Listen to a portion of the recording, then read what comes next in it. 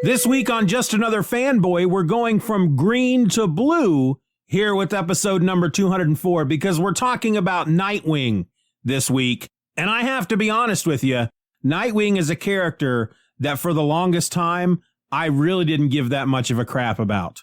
Join me, won't you?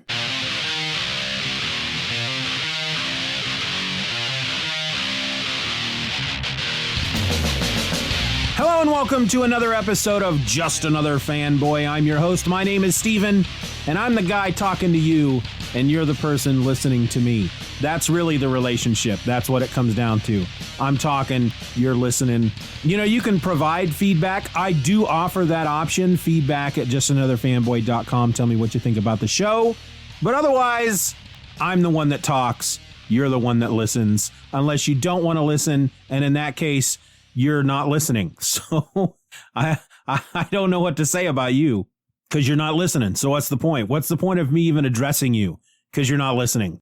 So, hey, we're talking about Nightwing this week. If you looked at the title at all, you'll notice that it says Tom Taylor's Nightwing. But that's only because I didn't want to create an epically long title for this episode. Really, the proper title for this episode should be Tom Taylor, Bruno Redondo, Adriano Lucas, and Wes Abbot's Nightwing, because that's your creative team, but it doesn't all fit in the space provided for the title. We're going to be talking about the first arc on this run from this creative team that's just blowing my mind.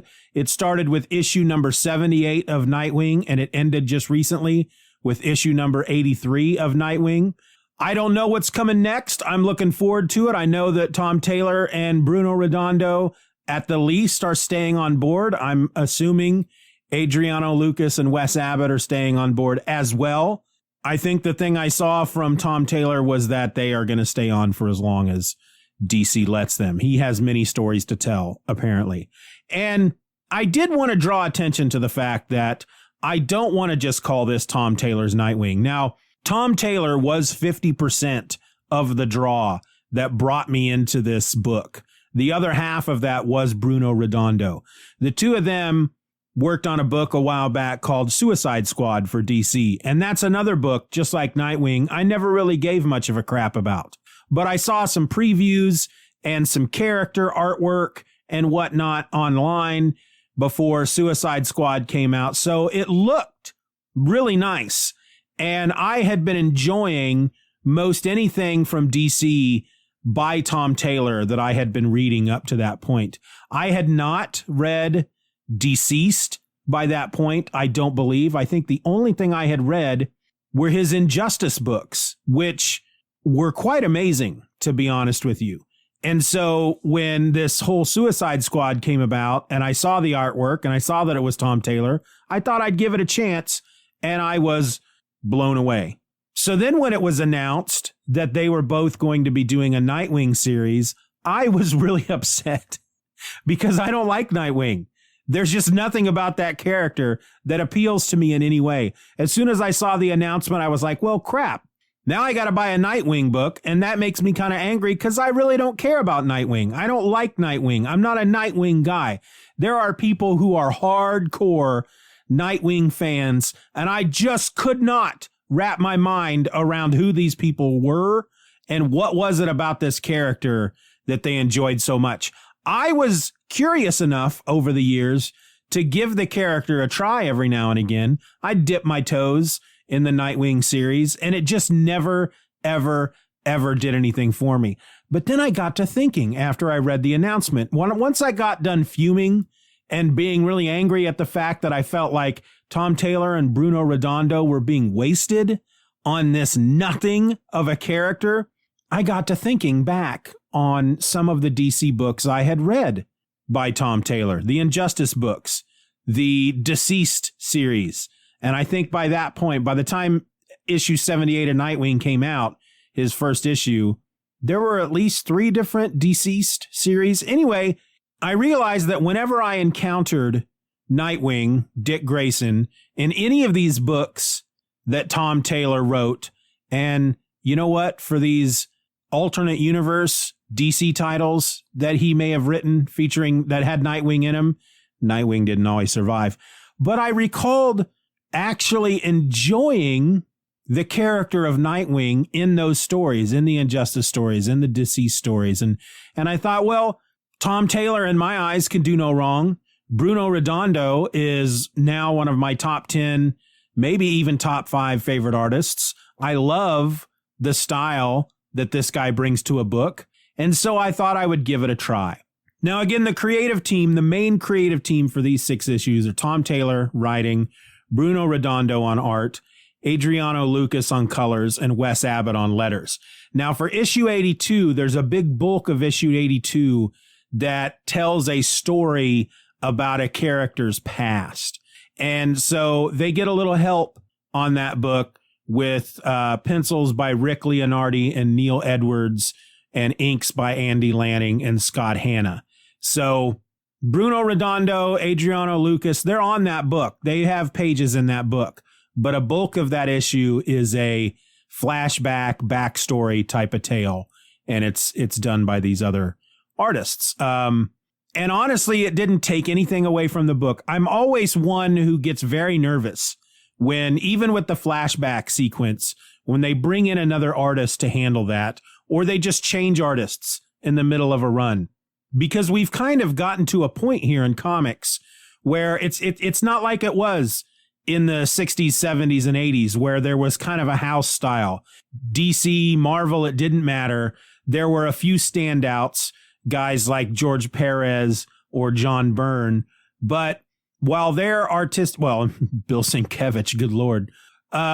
In most cases, even a bit with John Romita Jr., they still kind of stuck to that house style. Now, eventually, as we got further into the 80s, Bill Sienkiewicz really kind of hit his own style, and John Romita Jr., they really kind of stood out. But for a while there, it was like, okay, so if you change up an artist during a run, it's not that big of a deal. You're going to be able to tell, but stylistically, it's still pretty much the same. And I know I'm speaking in broad generalizations here, because I know that's not always the case. The one thing that always leaps to mind is Al Milgrom jumping in, not Al Milgrom. Why did I say Al Milgrom? I think it was Bob Layton jumping in and doing a couple of issues in Secret Wars while Mike Zeck took a little rest. That was, for me, a very jarring change. There's nothing wrong with Bob Layton, but he's no Mike Zeck.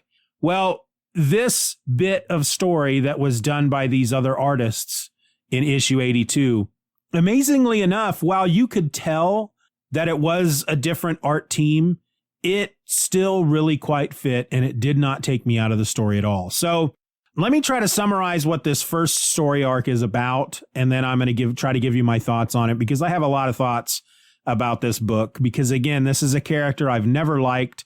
And I can tell you that by the end of the very first issue of this run, issue 78, I was in love with the character. Now, I don't know much about Nightwing. I don't know much about Dick Grayson, other than the fact that he was the original Robin, that at one point Batman, for his own protection, fired him, and Robin struck out on his own.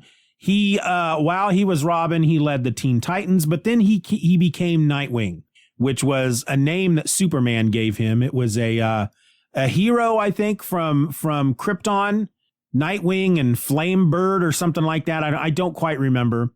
And they make reference to that little fact that Superman gave him his name. They make reference during this run. But about the only thing, you really don't need to know much going into this, but it's helpful to know. And yes, there are going to be plenty of spoilers here. So if you don't want to be spoiled, walk away now. But you do kind of need to know that at one point in the past, here within the last year or so, Alfred Pennyworth, Bruce Wayne's loyal butler, who has been a mainstay in the Batman comics since the beginning. Well, actually, I can't say that for certain. I don't know if Alfred was right there from the get-go, but he's been there for decades. Well, he recently passed away. You kind of need to know that. Apparently, at some point in the Nightwing run, Nightwing was shot in the head. He survived, and he had amnesia, and he called himself Rick, and he drove a cab, apparently. I don't know much about it. All this happened before Tom Taylor got on the book. But I feel like there was a rumor going around that somebody, maybe Dan Didio, didn't like Nightwing, didn't like the fact that his name was Dick, and wanted to do something to change his name. And the only way that they could think of to do it was to shoot him in the head. I don't know if that's true or not, but it's after all that happens that we take up with this book. Dick is returning back to Bloodhaven, where he had originally made his home. He was a cop there for a while. He lives in an apartment, and he owns the entire apartment building. And he has secret rooms within the apartment building, the entire, apartment block, the entire building. Secret rooms, it's kind of like his bat cave within this, behind the walls of these apartments. And actually, the way that this issue, the first issue in this run, the way it opens up is we're introduced to Dick as a boy. He has already, if you're unaware of the original Robin's backstory, he was a member. He was, oh, good Lord. I don't know why I can't just come out and say this. I'm having such problems. He was a member of a circus. He was a circus performer. His parents were trapeze artists, and he was a trapeze artist right along with them as a young boy. They were called the Flying Graysons. His parents were murdered during a performance. Bruce Wayne happened to be there. He felt, of course, sorrow for the boy, but he also felt a bit of kinship.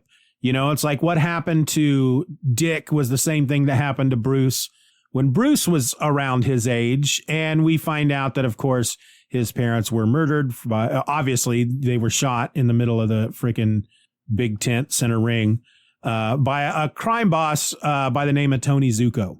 So Bruce Wayne, Batman, takes Dick in as his ward, is what they called it. I don't know if he ever officially adopted him, but they've gotten to the point now where they refer to every one of the Robins. Dick Grayson was the first. Jason Todd was the second. Tim Drake was the third. And now the most current Robin is Damian. They refer to each other, those four Robins, as brothers. And Dick does refer to Bruce as his father. But he also refers to Alfred at one point in this issue as his father. So as the issue opens up, it's Dick Grayson. He's a boy. He's already lived through his tragedy. His parents have already been murdered. He is Robin at this point. He's living with Bruce Wayne. But when we meet him, he is encountering some bullies. These three bullies who are a little bit older than him, picking on some kid after school. Young Barbara Gordon rushes in to confront the bullies first, and then Dick Grayson comes in to confront the bullies. He, of course, the main bully, the ringleader, Dick beats up because he can do that. He has been trained by Batman. And this bully, who obviously comes from a wealthy family, threatens them both. Once his father finds out, he's very much a Malfoy, a Draco Malfoy type of King Joffrey type of character, right? Once my father finds out, you'll both be in trouble. My father owns the police. And this police car comes roaring up. The police are here. You're in trouble now. My father owns the police. And out steps Detective Jim Gordon, who is, of course, the father of Barbara Gordon, who is there helping Dick confront these bullies. This is the first time Barbara and Dick meet. So not only are we being introduced to young Dick Grayson as this book starts, we're also seeing how Barbara and Dick meet. There may or may not be a forthcoming romantic relationship between the two of them. They seem to be hinting at that a bit. But Jim Gordon drives Dick home to the Wayne Manor, and he's met at the front door, not by Bruce, who is off doing Batman stuff, but he's met by Alfred. Dick goes into the mansion. Alfred stays outside to talk to Detective Gordon. And when Alfred comes inside, Dick is washing the dishes. And Alfred tells him, you don't have to do that. That's my job. And Dick says, I want to do it. And I want to help. Then they have this quick conversation where Dick assumes that Alfred is going to give him the business for, having a fight after school, or is going to come down on him, or is going to be disappointed. And Alfred tells him no, he's actually very proud of him, because it's one thing to go out there and help people and fight the bad guy and help the good guy and help the innocent and help people who need help. It's one thing to do it when you have a mask on, when you're hiding behind a mask, but to stand up as who you are and still jump in there and defend the weak, that's what makes Dick special, basically. And it makes him who he is. And it's a really great scene that it kind of tells you all you need to know about the person. And that's the one thing I love about Tom Taylor's writing. It's more about the character. It's more about the people. It's more about the relationships. It's more about who these people are, not this is a guy who can shoot lasers out of his eyes and he beats up bad guys.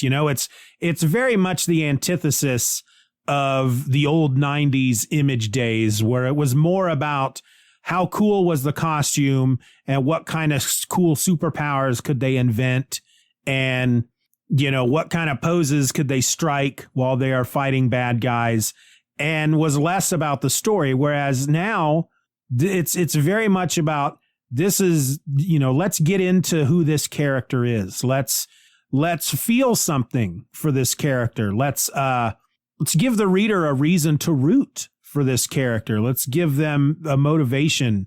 This is why this character is somebody that you want to read more about, not because of what their powers are, not because of how cool their costume is, but because they're a good person and they may have flaws, but this is what they do to overcome those flaws. These are people just like you and me. They just happen to put on tights and go out there and fight crime. So we go from that story straight to the present, where Dick, as Nightwing in Bloodhaven, again is confronting bullies. These seem to be more college frat boy type guys who are torturing a three-legged puppy. They're kicking it, and Dick jumps in there and he's about to put a stop to it. And one of these fellas pulls out a gun, thinking that it would be fun to shoot this puppy. And of course, Nightwing stops them, and then he takes the puppy home, and the puppy becomes his. And it's again, right away, first issue, you get these two quick little stories that tell you exactly who Dick Grayson is as a person and as a crime fighter, and gives you a reason why you should give a crap about what he's doing and why he's doing it. So we also learn in this issue that Alfred, because Barbara Gordon comes to visit him, and we find out she was the executor of Alfred's will.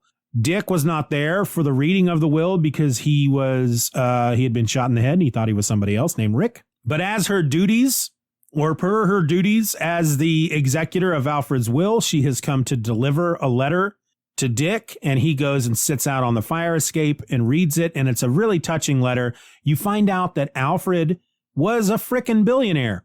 He inherited a large sum of money when the Waynes died. He invested it well. He had been given other money for some reason. I feel the particulars aren't leaping to me right now. But he basically invested it very well. And when he died, he was a billionaire. And he's leaving it all to Dick. He considers Dick one of his sons. He considers Bruce his son. He considers Dick his son. And he knows that Dick will do something good with this money. That he will, unlike Bruce does all kinds of good stuff with his money. He's a philanthropist. He gives to charity. He does all that. But he also uses his money ultimately to create these great gadgets and whatnot that he uses to fund his war against crime. And he knows that Dick isn't necessarily going to do that. He's going to put this money to good use, helping people. And so right away, here in this first issue, we are given the hook, the motivation for Dick throughout this, or at least this arc, and probably through most of the run. But for this arc, it's kind of all about suddenly Dick is a millionaire or a billionaire, and what is he going to do with this money that can help people? So in the meantime, we're introduced to a woman who is I think they called her the president of the city council, the crime boss of Bloodhaven, the main crime boss, the kingpin basically, is this guy they called Blockbuster. And he's an enhanced human. He's super strong. And we have the Maroney crime family as well. But ultimately, all these crime families, all the organized crime, it all funnels up to Blockbuster. Again, he's basically, if you want to look at it in the Marvel way, he's the kingpin of Bloodhaven. Well, he kills the mayor. He feels the mayor isn't doing what he's supposed to be doing as far as helping Blockbuster in his criminal ways. So he kills him. And we are then introduced to the city commissioner or the president of the commissioner, council or whatever. She's next in line to be mayor. And her name is Melinda Zuko, daughter of Tony Zuko. Tony Zuko is the guy that killed Nightwing's parents. I'm not going to go through every story beat in this arc because I don't remember most of it. But at one point, Dick and Barbara go out to eat, right? She comes to visit, finds out he's a billionaire. She asks if he has anything to eat. He doesn't. And he goes, well, I'm now rich. We can go get something to eat. And so they go down to this pizza stand and he buys her a couple slices of pizza. And as they're standing there eating this pizza, this guy and his son come up and ask if they have any spare change. It's a homeless man and his son, and neither of them have any spare change because nobody carries money anymore. Nobody has cash on him anymore. And the guy, he's very nice. He understands. I get it. You know, nobody carries cash these days anymore. And suddenly it dawns upon Dick that he can do something to help this guy. So he gets him a pizza and he says, matter of fact, why don't you go and invite anybody who you know that's in a situation like yours, just invite him on down and it's pizza for everybody. So before we know it, we have this large collection of the homeless population of Bloodhaven, and Dick is buying them all pizza. He tells this guy and his son that he has made a reservation for them at this the Bloodhaven Four Seasons, and it's good till the end of the month. And then at the end of the month, they'll figure something else out. The man is very grateful. He and his son leave, I guess, to go to the hotel. And on their way through the city, they encounter this guy who, with some kind of weird ray gun, removes this homeless man's heart. The little boy runs. The father tells him, run away, run, Oliver, or whatever the kid's name is. Well, in the meantime, Dick is back still at the pizza stand. He's buying pizza for everybody. And these three kids come up and they say, hey, do you care if we take our pizza to go? And he's like, no, that's fine. And hands them their like 3 boxes of pizza, and the kids leave.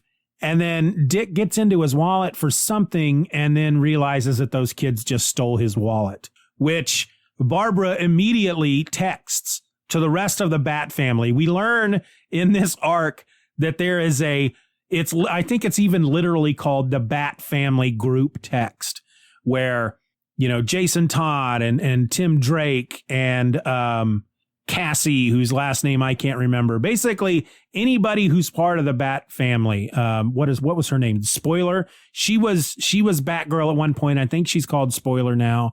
There's a couple others. They're all in on this big group chat. And so, of course, they start sending stuff to Dick to razz him for being Nightwing and having his wallet stolen.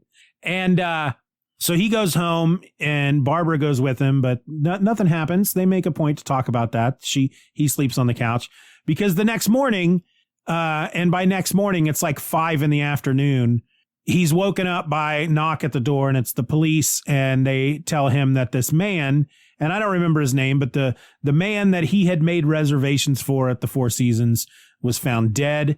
They can't find, he you know, with his heart has been removed.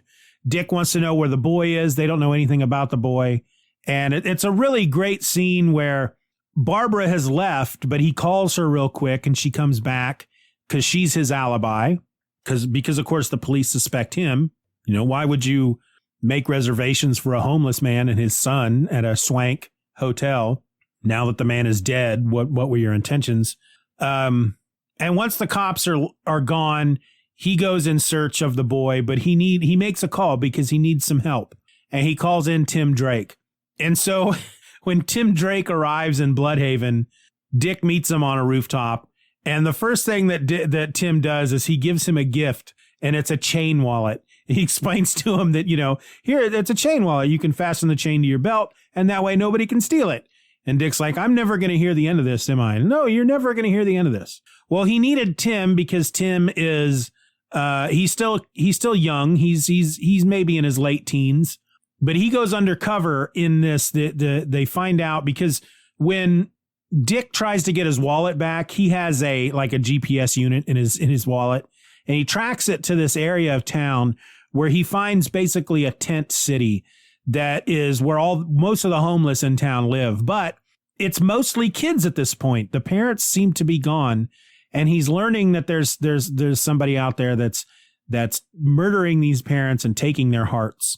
And so he needs Tim to pose as a homeless boy to go into this tent city, basically, and see if he can learn where this homeless man's son is.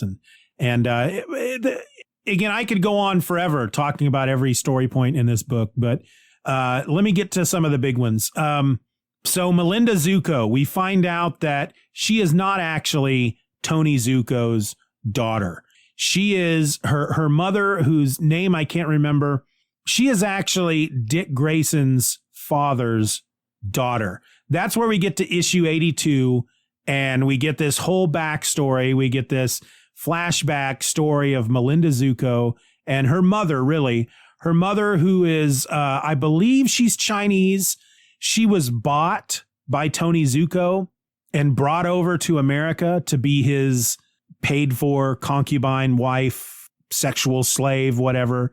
And but he basically introduces her to people as his wife and whatnot. And she, at one point, they're visiting this circus where the Flying Graysons are, and she escapes. This is before Dick was even born. She runs from Tony. She's given help by Dick's mother and father, who have not gotten together yet. They are a trapeze act, but I think the way she explains it in the book is that he puts her on such a high pedestal. Dick's father puts Dick's mother on such a high pedestal that he feels that he will never be able to reach that high to ever be in any kind of relationship with her. And at the same time, she does the same thing to him. And so they haven't started anything yet. And so Melinda's mother ends up starting something with Dick's father, and she is born.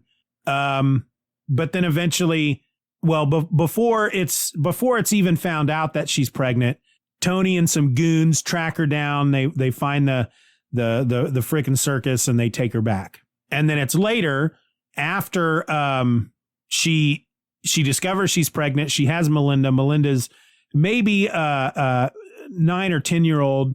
They go to the circus. She wants to introduce Melinda to her father.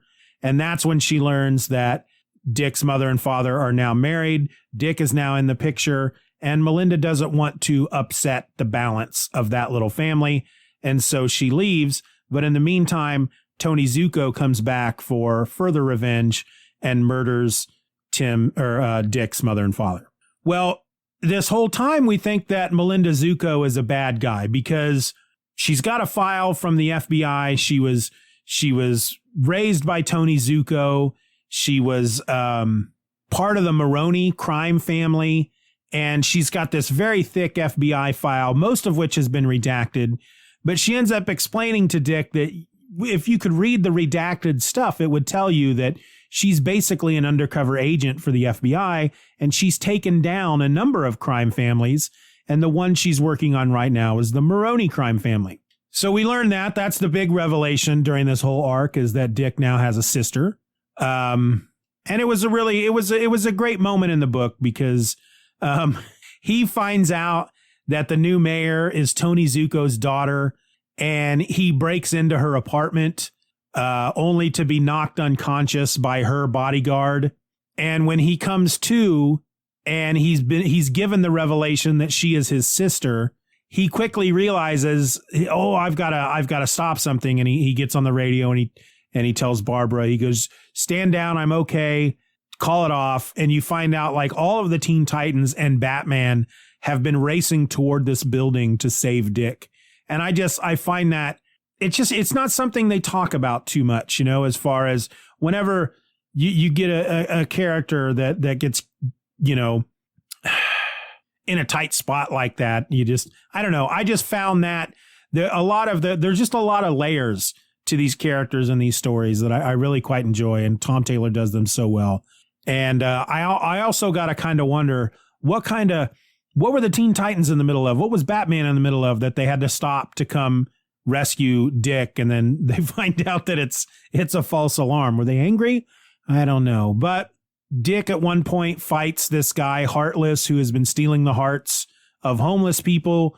We discover that he is an enhanced, a super powered individual, but he and Dick are fighting, and Dick's basically saying, well, he's enhanced. He took the shortcut to get super powerful, but he has no training. So, even though he's stronger than Dick kicks his butt basically. But, the guy ends up escaping. Dick also has to fight. He fights Blockbuster at one point, and that kind of stuff doesn't get wrapped up in this arc. There's going to be more from Heartless because he's at the very end of the arc. He vows at the end that he's going to go after Dick Grayson, because what we get at the very end of the last issue is Dick's discovered that he has a sister. He fought with Blockbuster. He survived. And now he's decided what he's going to do with his billions. And he has a press conference called so he can announce what his plans are. But first, he goes around and he gets advice from various people, one of which is Superman. And it's a great moment between Nightwing and Superman that, again, the best part of Tom Taylor's comics are the small character-driven moments. There's great stuff in the action sequences. He's really good about throwing in jokes and fun stuff like that, but he's also really good about giving you something to care about, giving you a reason to continue with the book, giving you something to sink your teeth into, basically. And this moment between Superman and Nightwing was good. It wasn't as good as what we're going to get here at the very end, but so Dick comes out for his press conference and he announces that he is starting this thing called the Alfred Pennyworth Foundation. And it is going to be a layered strategic plan to basically eliminate homelessness in Bloodhaven by a certain target date. And he says the first thing we're going to do is we're going to get everybody off the street. And we're going to get them into some kind of housing. And somebody asks him, because some of the points he makes is, there's a lot of money that's thrown at homelessness and whatnot, but a lot of it is about punishing lawbreakers, and this is more about helping people before they get that desperate ultimately, right? And one of the reporters asks him, of course, there's more to the homeless situation than just providing them with the place to live. Why is it that you're tackling that first? And he says simply because it's going to get cold soon. So let's get them off the streets. He has other plans that he's going to put into motion. One of which is to increase the minimum wage in Bloodhaven. So regardless of where you work, you will make a living wage. And so I'm generalizing, but his plan is basically to get homeless people a place to live and get them a job and help anybody who needs help.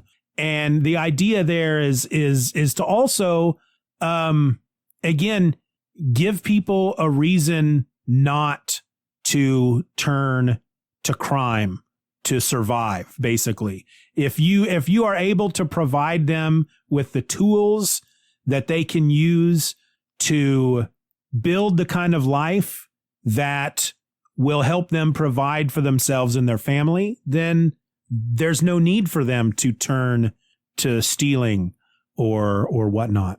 And once the press conference is over, his phone starts lighting up, and it's the Bat Family group text, and everybody is congratulating him. And I think Jason Todd says, "This is a great idea, but just remember, before you spend all your money, you still owe me $20." Damian Wayans, why did I say that? Because I've been watching My Wife and Kids. Damian tells him in the text, "I know it's not a competition, but you won."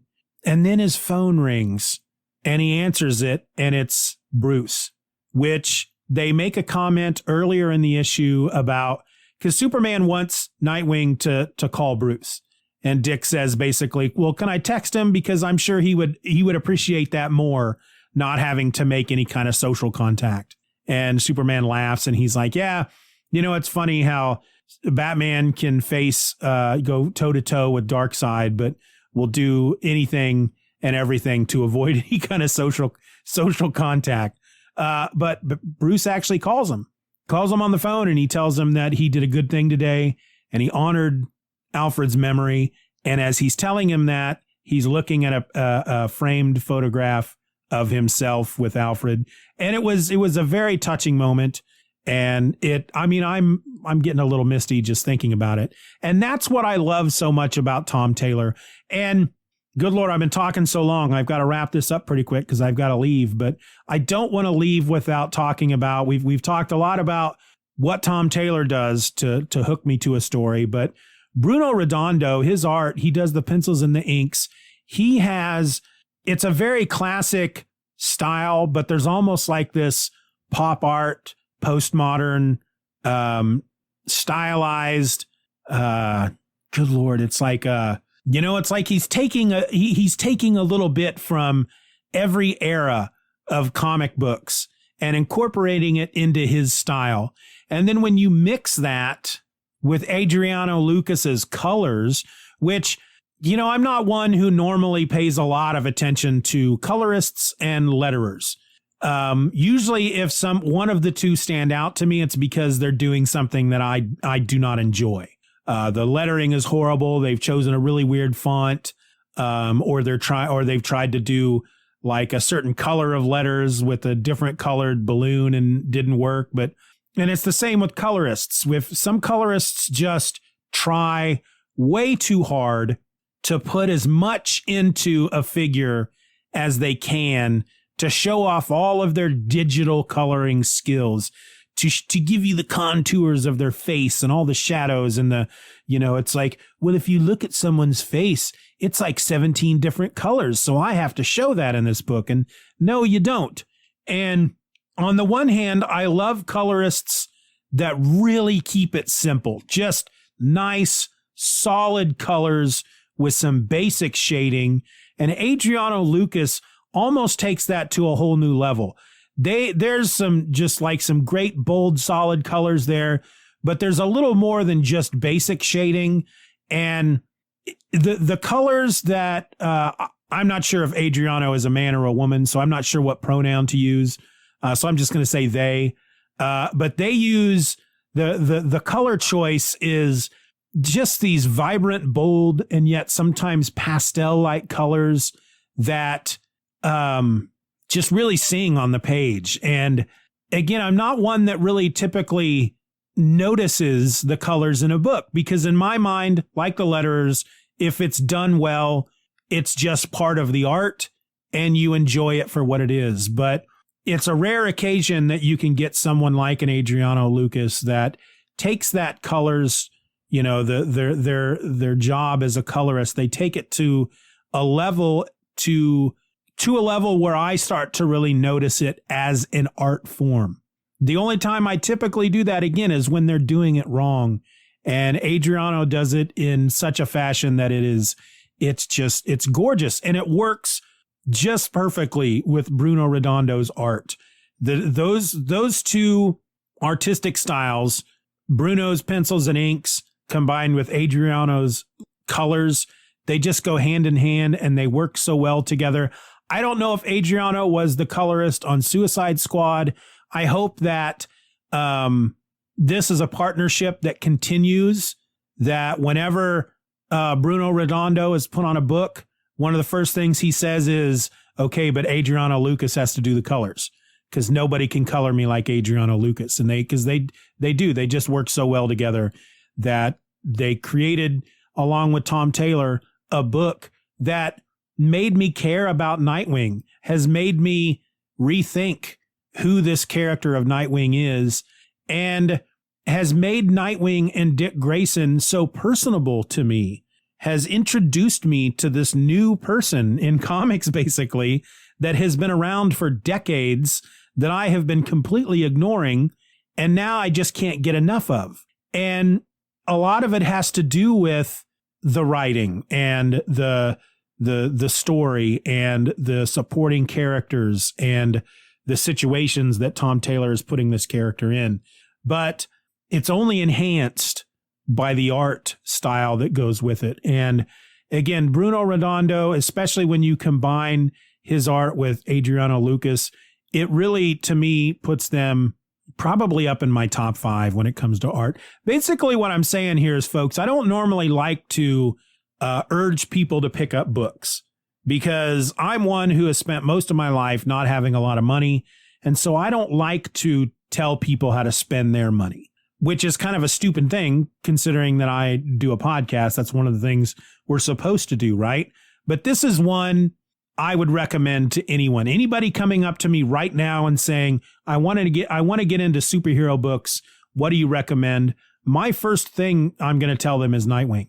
Find Nightwing 78. This trade is going to be out in the next few months.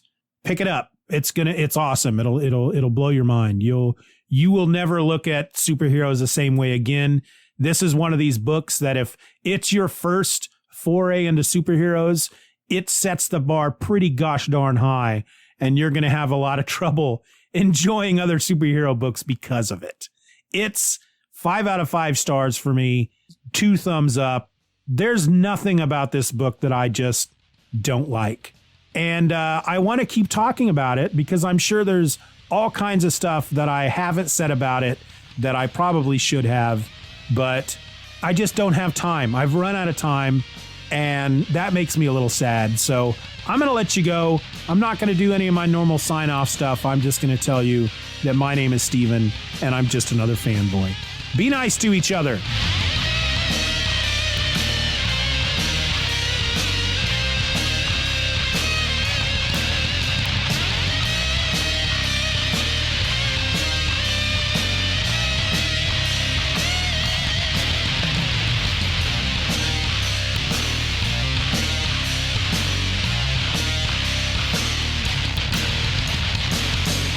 Bye-bye, Daddy. Bye-bye, Daddy.